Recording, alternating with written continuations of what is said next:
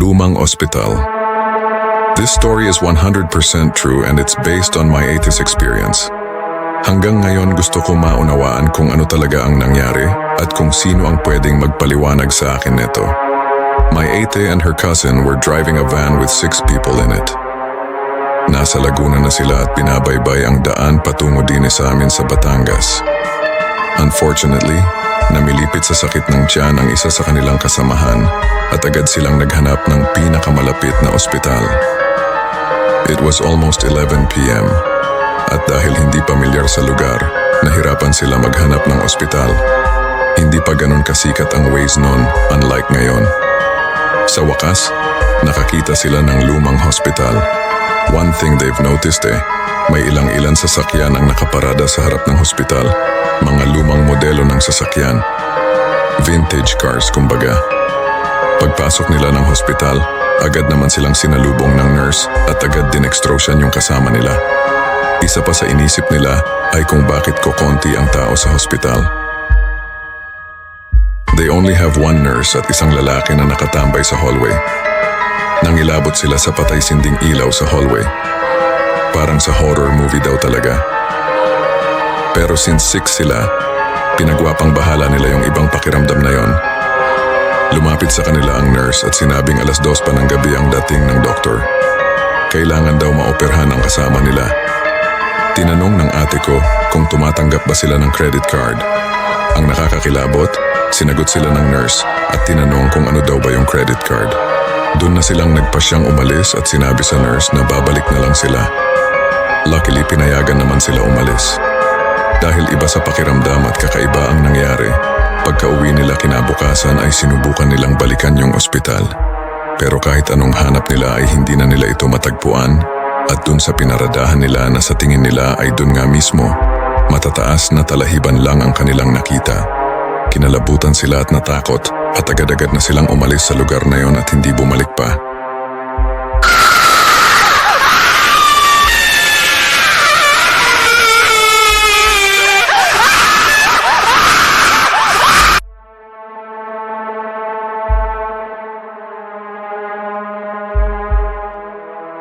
Nangyari ito when I was in grade 9. Pumunta ako ng school with my girl best friend to get my project. Kasi nakalimutan kong kunin ito para i-submit sa aming student teacher. That time, mga student teachers pa yung nagha-handle sa men. We're on our way para kunin ito sa classroom pero ang best friend ko ay sinabihan akong mauna na lamang at manonood lang siya saglit sa mga nagpa-practice ng taekwondo sa grass field. Forgot to mention that my best friend is also a taekwondo athlete. So ayun na nga, kahit konti na lang yung taong mga nandoon ay hindi naman masyadong nakakatakot kasi medyo maliwanag pa. May iba pa din na mga teachers ang nasa loob ng office kaya mas lalo akong kampante na pumunta ng ako lang. Yung likod ng school namin is sementeryo and yung classroom namin is nasa pinakadulo at matatanaw mo talaga doon ang mga libingan. Tuloy-tuloy akong naglakad at nang malapit na ako makarating, something caught my attention. Bago mag-classroom namin is madadaanan mo muna ang classroom ng grade 8. Yung sa amin is nasa may left side at ang kanila ay nasa right side. Lumapit ako sa pintuan sa room ng grade 8. I was shocked nang makita ko na ang nakapadlock nilang pinto ay umaalog as if someone is pushing from inside.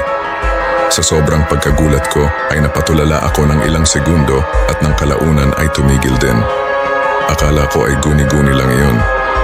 Pero sa pangalawang beses na nangyari ay tumakbo na ako ng mabilis.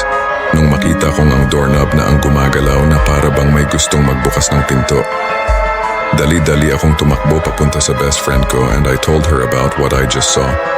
Tinawanan niya lang ang sinabi ko and I can't blame her. Sino ba naman ang maniniwala agad-agad sa mga ganoong bagay?